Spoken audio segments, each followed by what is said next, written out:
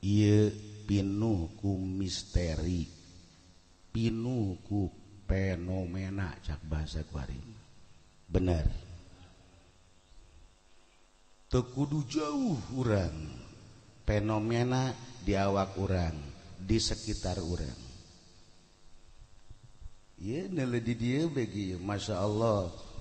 Misteri fenomena luar biasa. Beli itu kabeh kue geus narangkub kabeh fenomena ya ge.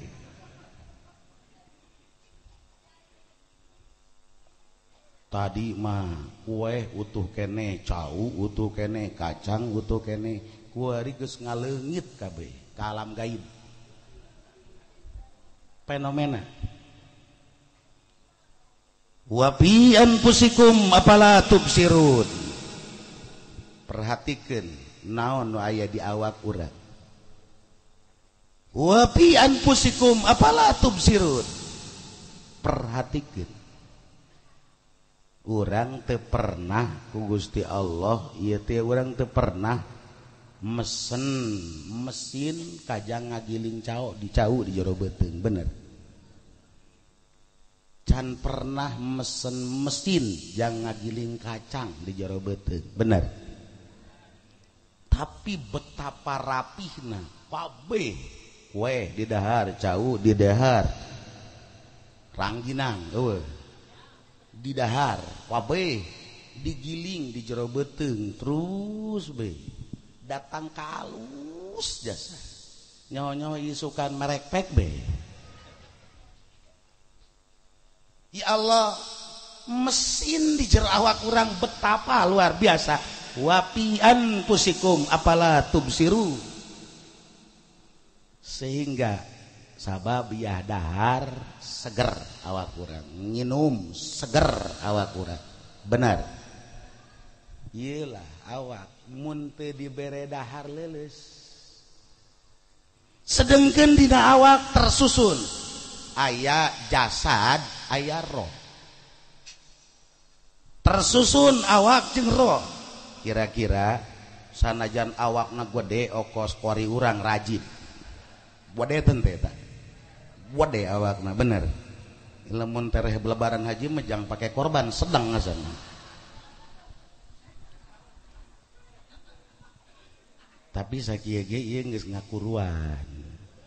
Geus ngakuruan. Nyana 6 bulan cicing di urang ninggalkeun anak pamajikan. Lintu awakna kamari balik 2 minggu setor kuru deui. Ngerti enggak? Ngerti enggak?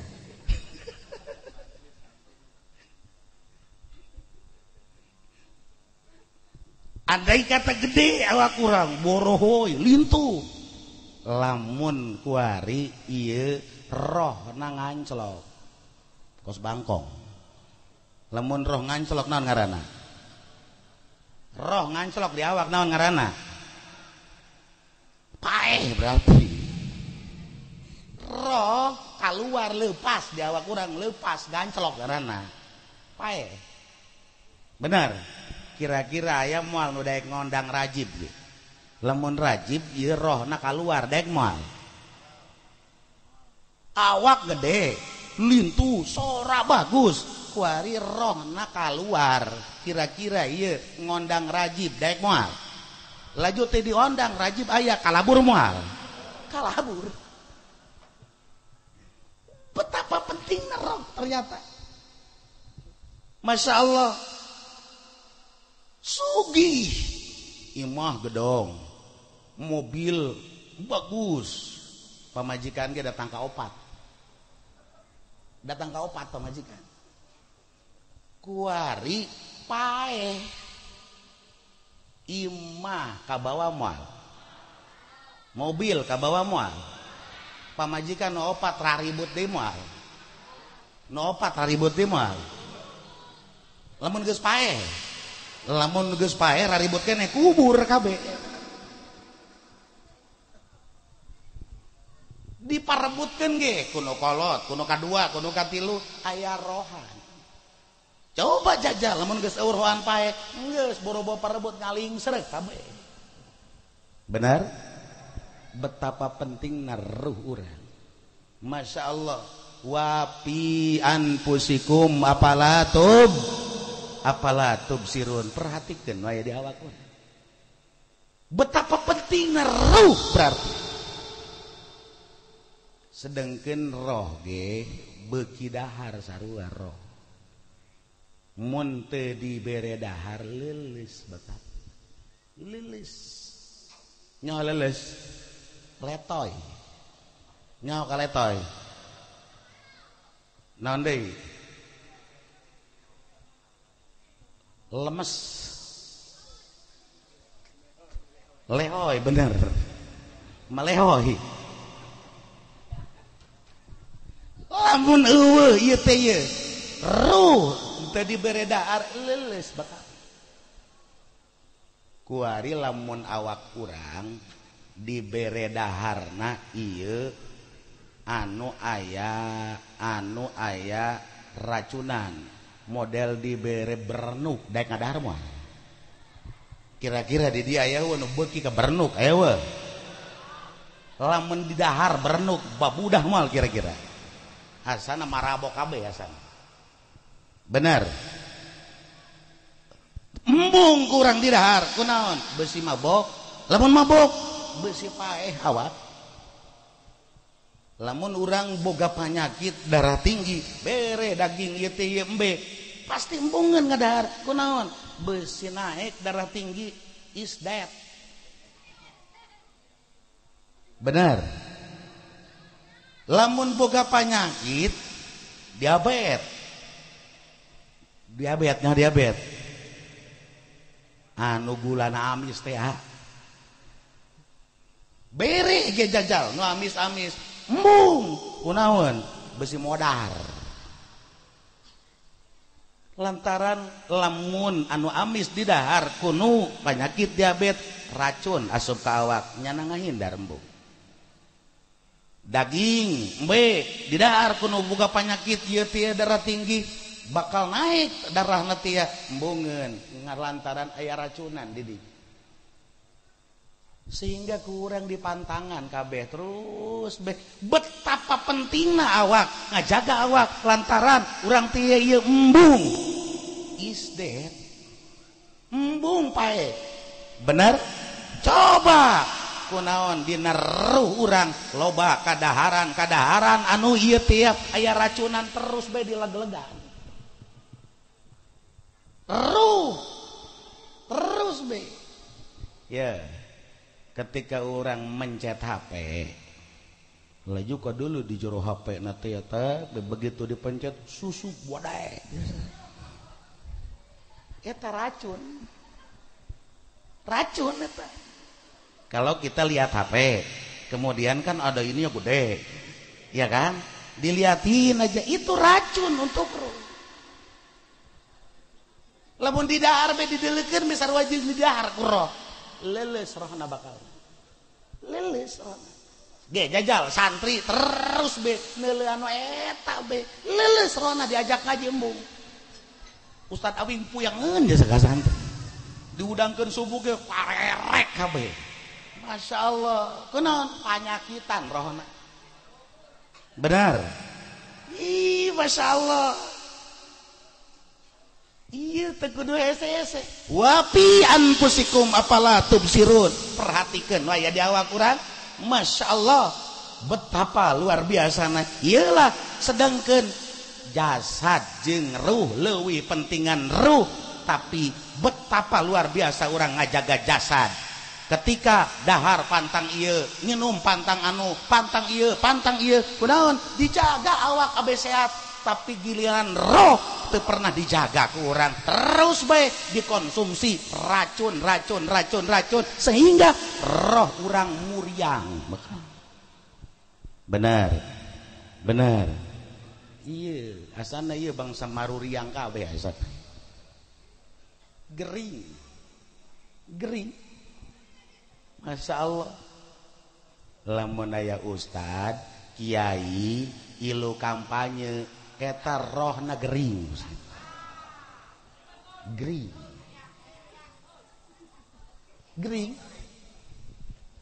Henteu kalau mah teu ngagugulukeun ieu teh teu ngagugulukeun presiden henteu kalau mah ngan ngagugulukeun dewan doang beuh leuwih gering tah mah. Matakan lamun aya ustad kiai ngagugulukeun dewan ngagugulukeun ieu teh kampanye presiden geus teu kudu hese-hese bawa ka rumah sakit impus gering awakna kunaon racun luar biasa racun. Ente kiai kalau manteng ngagugulukeun ente kalau mah cicing be ngan berpose doang kieu doang ieu pose kieu doang 5 juta waduh eta mah awak jeung rohna muriang tah mah geus kudu dikubur kos kitu mah. Wa fi anfusikum apalatum masyaallah fenomena ternyata di awak urang luar biasa perhatikeun ku urang ieu kakarak ge ngomongkeun ruh jasad kuari mun ku urang ditanya roh urang nempel di awak urang ayana di mana? Apakah di leungeun urang roh? Kira-kira roh teh di leungeun urang lain, di suku urang lain, di beuteng urang lain. Mun ditanyakeun di mana ayana bakal terjadi kesulitan. Yas'alunaka 'anir ruh qulir ruh min amri rabbi. Eueuh nu nyaho kabeh masyaallah misteri ieu lah fenomena nu aya di awak urang.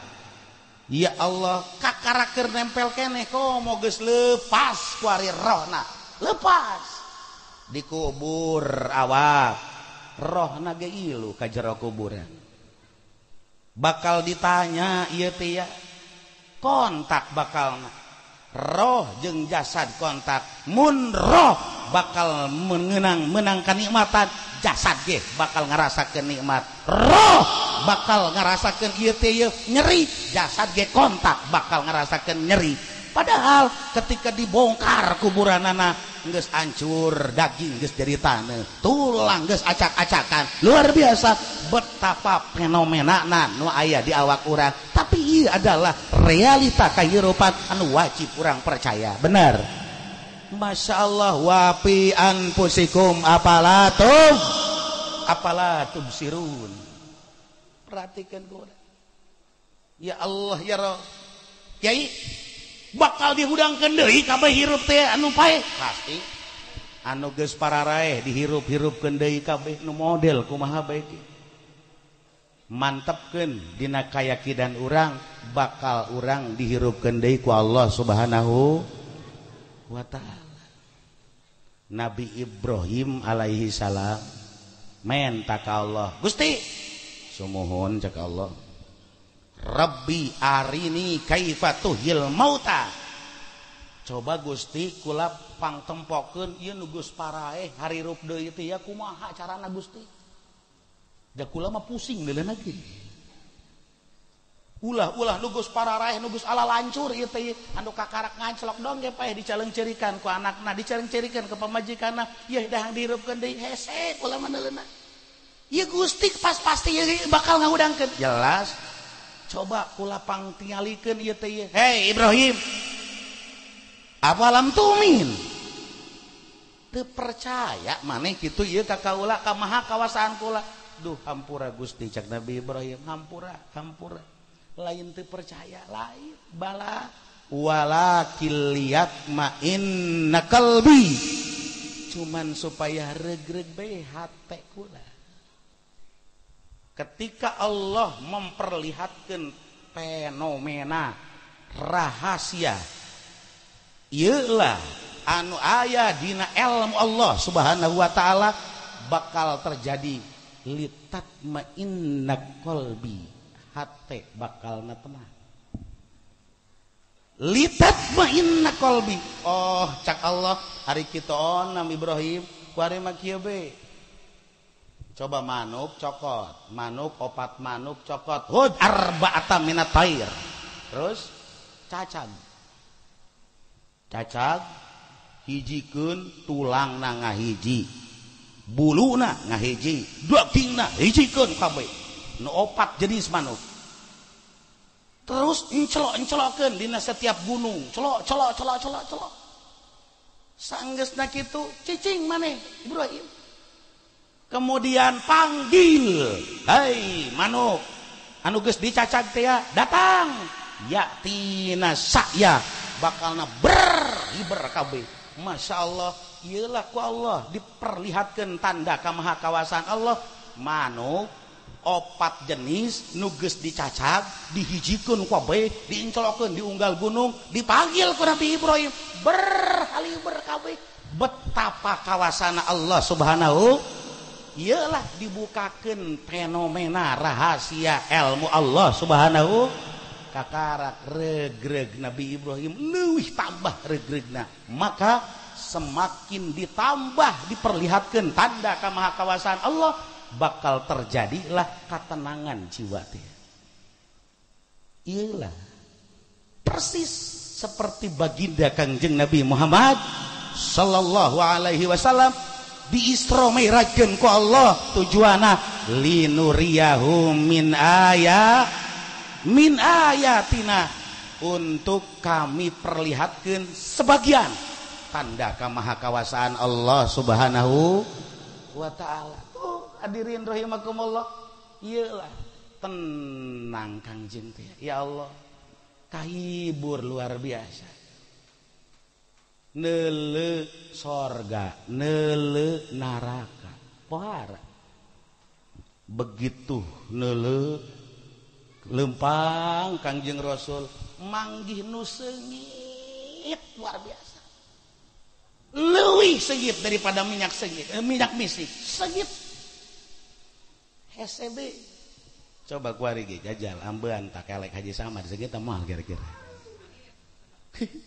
pohara ese ngomongkeun seungit. Jibril aya naon ieu seungit di mana? Oh cak Nabi malaikat Jibril, ieu teh ti Siti Masito anu nyana mah baheula di zaman Nabi Musa ngorbankeun sagala-gala demi kepentingan agama.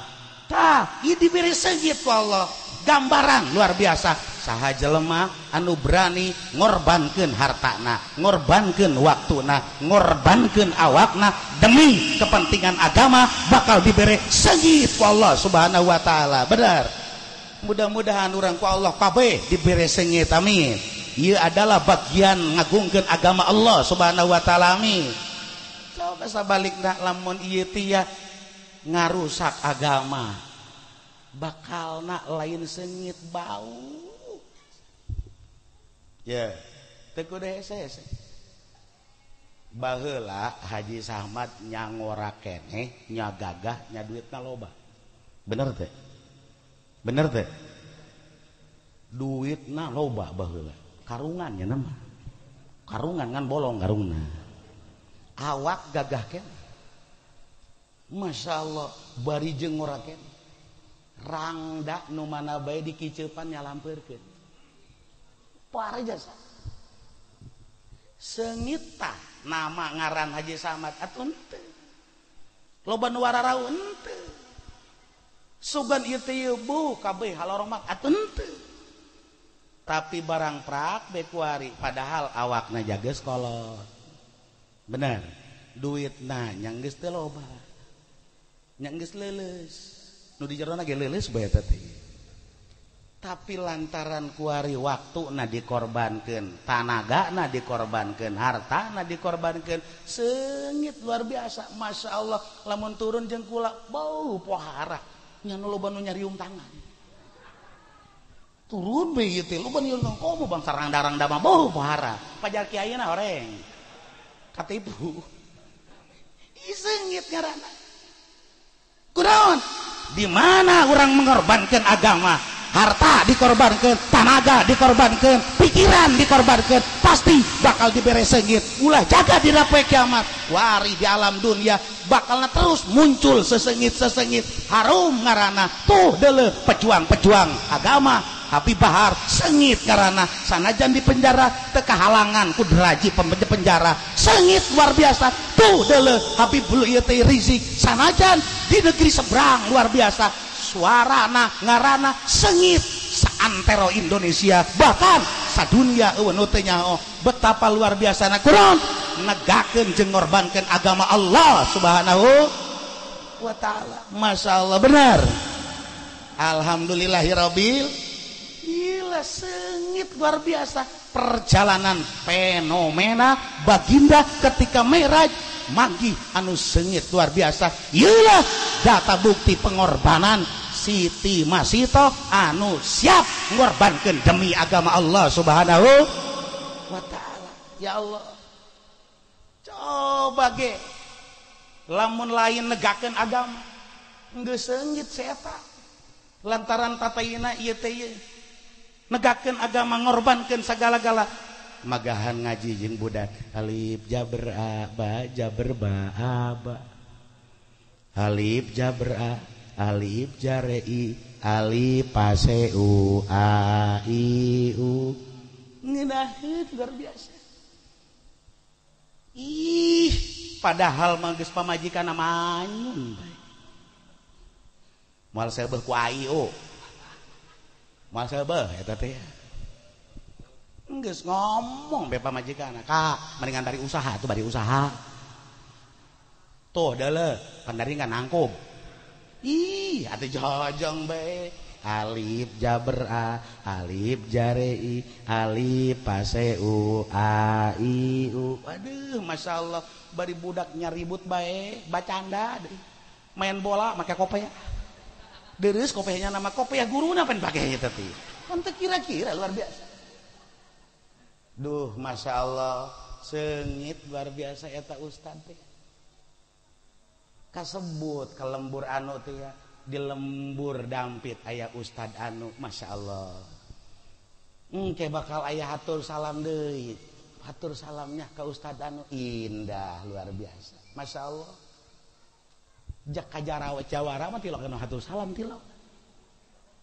Kuari geus mulai ustad tersebut ya geus mulai rada naek kuari tetek geus mulai kuari teh jadi kiai beuh masyaallah pohara undangan age pinuh eta almanak geus teu mahi almanak nu hiji pinuh meuli deui anu kosong pohara kuari masya Allah nu baheula nanjeurkeun agama siap ngorbankeun waktuna siap ngorbankeun tanagana siap ngorbankeun pikiranna jeung sajabana kuari barang geus jadi populer jadi kiai luar biasa lain negakeun agama negakeun ieu teh ya calon presiden lain negakeun agama negakeun calon dewan teu loba padahal mah dibere nginjil mobil carry doang lain dibere-bere aja dibere nginjil engke geus beres mah dicokot deui tinggal ngegel curup beta ustad tuh anu tapadina seungit ta ustad luar biasa seungit eta kiai kunaon nanjeurkeun agama Allah kuari lain dipake nanjeurkeun agama Allah tapi ternyata dipake nanjeurkeun ieu teh lurah dipake nanjeurkeun camat bupati, gubernur, atau presiden sehingga terjadilah sesengit robah kuari jadi bau luar biasa tuh kumaha cak tatangga teh ustad geus mulai aya dua ustad lagi kuari ustad asal geus ustad fenomena nu sangat luar biasa masya Allah linuriyahu min ayatina. Hadirin rahimakumullah, betapa indahna anu sangat luar biasa perjalanan ketika tanda kekuasaan Allah diperlihatkeun dideuleukeun bakal aya liat ma inna qalbi hate bakal tenang bakal regreg bakal damai hate bakal aya kabahagiaan bakal aya kamantepan bakal timbul tambah keyakinan anu sangat luar biasa ketika dibukakeun rahasia fenomena Allah Subhanahu wa ta'ala. Hadirin rahimakumullah, terus kudu kumaha ieu teh ieu kudu kumaha lamun hayang kabuka fenomena tinggal baginda Rasul anu mantak dibukakeun rahasia fenomena Allah Subhanahu wa ta'ala lantaran Allah geus memanggilna subhanalladzi asra bi abdi hamba Allah subhanahu wa ta'ala. Abid ngaran abid sapinuhna berarti total ka Allah subhanahu. Geus kuari urang pun totalkeun kabeh ka Allah. Dengan ayana total ka Allah bakal aya panggilan abid ti Allah, bakal diberelah dibuka rahasia fenomena Allah subhanahu wa ta'ala. Ulah jadi abid lurah, ulah jadi abid bupati. Masya Allah, datang ke antri di pendopo, antri eta abid bupati kos gitu. Masya Allah, dek lebah mana didelekeun linuriyahu min ayatina. Lamun geus mengkol kuari teh cak Allah lok kaditu syarat tanda kekuasaan tuh kaditu ka bupati. Lamun dia mangerankeun kaditu ka bupati, bupatina lengser, ustada ilu lengser bakal mangerankeun ke jelema beunghar, bangkrut usaha jelema beunghar, urang nage ilu bangkrut bakal. Mangerankeun ka para pejabat, jabatan geus rengse, urang pun ilu lengse bakalna. Nauzubillah, yuk urang totalkeun ka Allah subhanahu wa ta'ala supaya dibukakeun linuriyahu min aya, diperlihatkeun tanda kekuasaan Allah subhanahu wa ta'ala. Masya Allah, indah luar biasa. Waliullah, wali agung Imam Hasan Basori langsung ngamparkeun sajadah di luhur cai. Salat Allahu Akbar di luhur cai. Masya Allah. Jol muridna Siti Robiatul Adawiyah ngamparkeun sajadah di awang-awang kibar ka luhur, salat di luhur Allahu Akbar. Masya Allah. Jajal coba Ustadz Mul amparkeun sajadah eta teh ya di wali di kali serbe Allahu Akbar kae. Kok beda itu mah linuriyahu min ayatina, ditempokeun tanda kekuasaan Allah subhanahu wa ta'ala.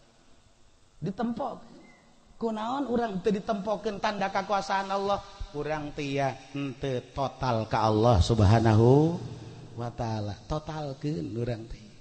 Masya Allah, ketika urang terus cicing di imah neletipi beung awak teu ngeunaheun amat torenganan pake neletipi lah pareuman tipi ngedeng beki setel deui jar renyak amat ganti beki teu nu puade diganti nu gede ih jar teu ngeunaheun keneh bae aing teh aya pangajian ngadeuketan ka pangajian Ustad Awing keur magahan ngaji diuk bedi pipir. Masya Allah ngeunaheun ka hate regreg ka jero hate tenang ngelusup luar biasa. Tah kuari aya katenangan anu tatadina gelisah waktu keuneuleun tipi barang kuari kilu ngaji tek dibere katenangan luar biasa.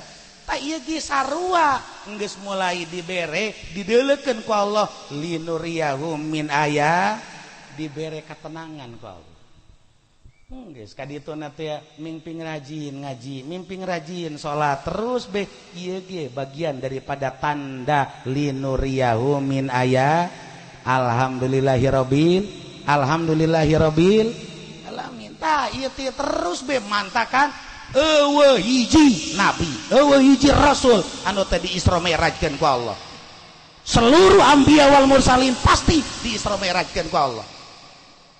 Atuh warasatul anbiya ulama, al ulama warasatul anbiya, atuh pasti bakal ngawaris deui Isra Mi'rajna ngan moal akur lah seperti baginda Kangjeng Nabi Muhammad.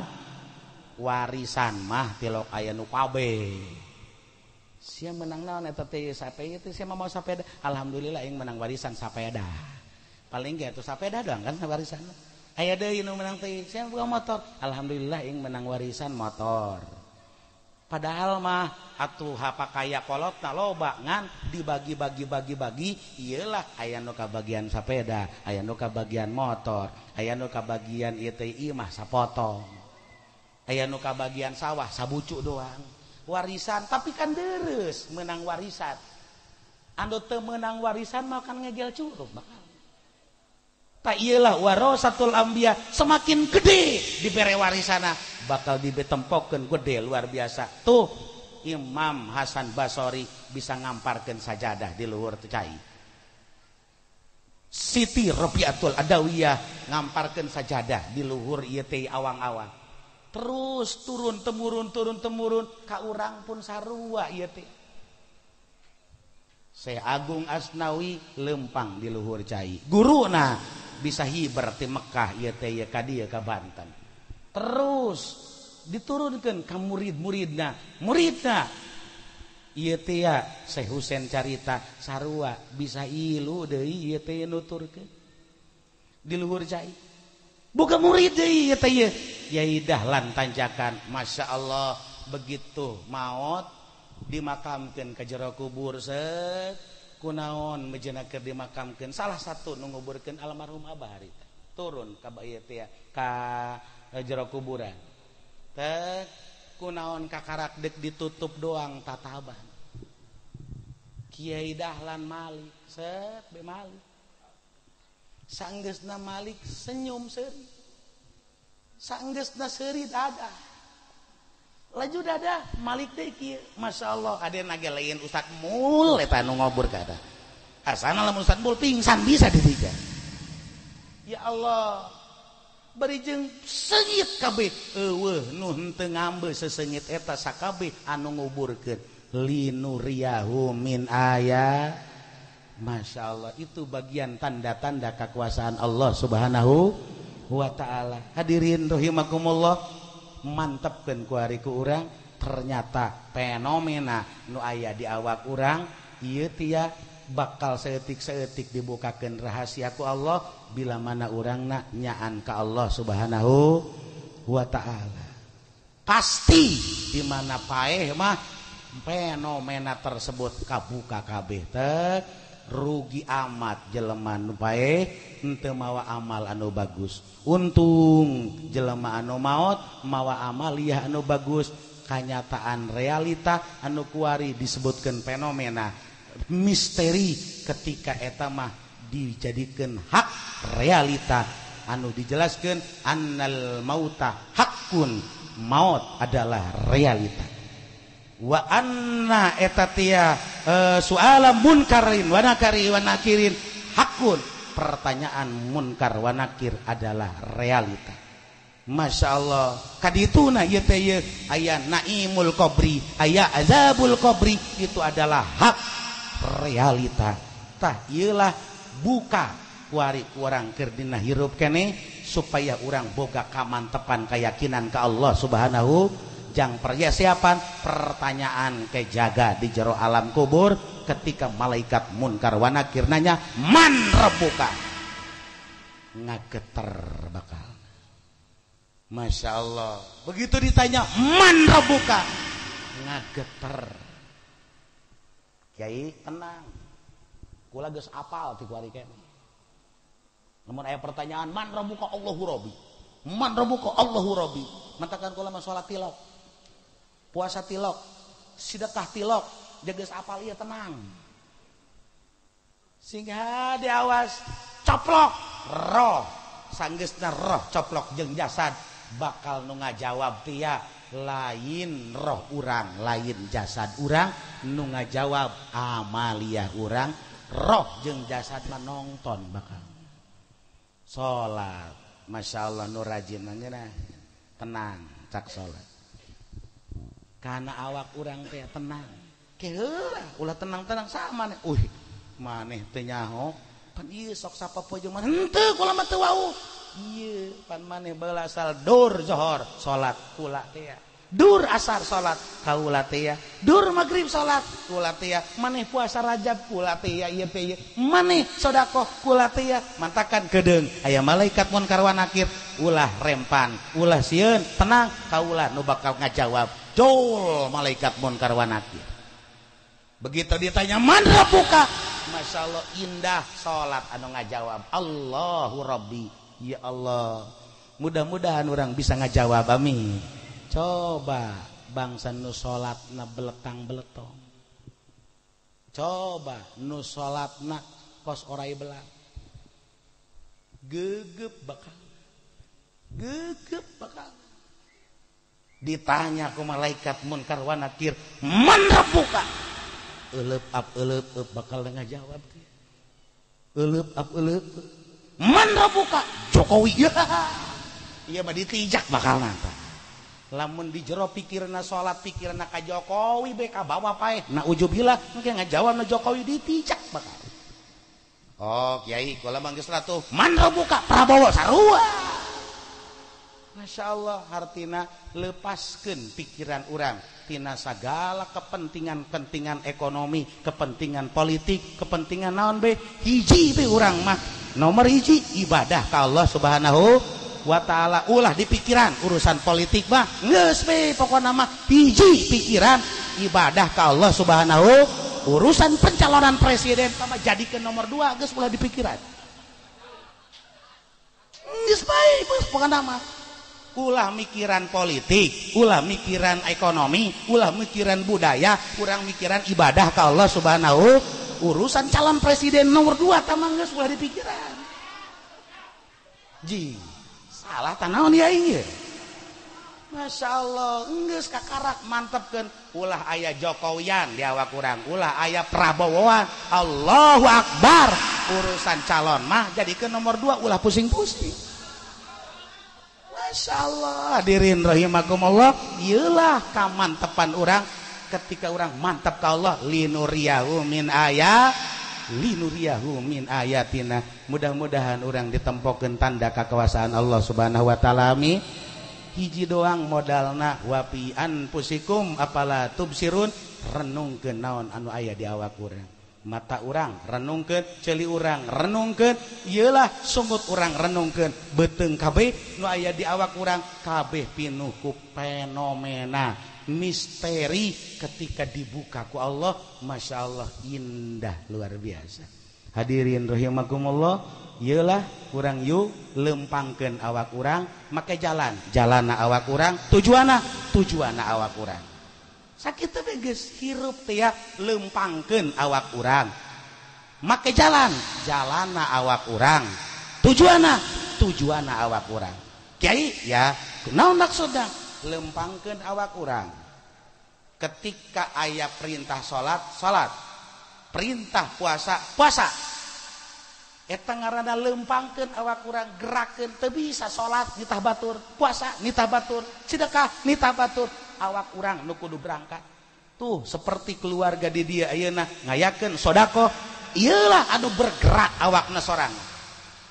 Terus make jalanna awak urang keneh. Maksudna lamun urang salat kudu nyaho elmuna syarat jeung rukunna, wudu syarat jeung rukunna, eta ngaranna ilmu. Kos kitu urang moal bisa nyaho kana syarat jeung rukuna, mun teu lempang awak urang ka dieu ka pasantren Ustad Awi, ngaji di dieu di Ustad Awi, nyaho rukun wudu, nyaho rukun salat, kuari ngalempangkeun salat, make ilmu nu aya di awak urang, geus berarti jalana awak urang yakni make ilmu nu aya di awak urang. Kauntunganna jang urang keneh naon? Bakal dibere sorga ku Allah Subhanahu wa taala, anu sorga ieu jang ngabahagiakeun awak urang keneh. Geus berarti salat ieu adalah jang awak urang supaya urang ngeunaheun, puasa jang awak urang supaya urang ke di alam akhirat ngeunah, sedekah lain jang batur jang awak urang supaya di alam akhirat urang ngeunaheun. Mantakan yuk lempangkeun awak urang, make jalan awak urang, tujuanna jang awak urang. Tah mun urang geus saeutik be mikiran tidinya, wa fi anfusikum afala tubsirun, bakal dibuka saeutik-saeutik ku Allah rahasia khazain Allah Subhanahu wa taala. Hadirin rahimakumullah, urang ngadoa ka Allah mudah-mudahan almarhum almarhumah anu malam ieu di aulad dihampura sakabeh dosana amin, dihampura sakabeh dosana amin, ditenden dina rahmat Allah amin, caangkeun di jero kuburanana, dilegakeun di jero kuburanana sehingga menang naimul qabri engke jaga dina poe kiamat aya di bawah payung baginda Kangjeng Nabi Muhammad sallallahu alaihi wasallam. Mudah-mudahan urang sanggeusna ieu teh kurang teh karnungkeun kabeh, mudah-mudahan kabuka rahasia ilmu Allah Subhanahu wa taala sehingga ku dibukana ieu urang dibere mantap tambah yakin tambah luar biasa ka Allah Subhanahu wa taala. Ieu adalah bagian daripada Isra Mi'raj bagi umat Islam. Linuriyahu min ayatina. Mudah-mudahan semakin ditambah deui linuriyahu min ayatinana supaya aya liat ma inna qalbi kedamaian di hate. Hadirin rahimakumullah, dicukupkeun sakieu mudah-mudahan aya manfaatna, mudah-mudahan aya berkahna biberkati Ummil Quran. Al-Fatihah. Bismillahirrahmanirrahim. Alhamdulillahirabbil alamin. Arrahmanirrahim. Maliki yaumiddin. Iyyaka na'budu wa iyyaka nasta'in. Ihdinas siratal mustaqim. Siratal ladzina an'amta 'alaihim ghairil maghdubi 'alaihim waladdallin. Amin ya Allah ya rabbal alamin. Amin ya Allah ya rabbal alamin. Allahumma ihdinas siratal mustaqim. Allahumma ihdinas siratal mustaqim. Allahumma ihdinas siratal mustaqim. Siratal ladzina an'amta 'alaihim minan nabiyyin wasiddiqin wasuhada'i wassalihin wa hasuna ulaika rafiqa.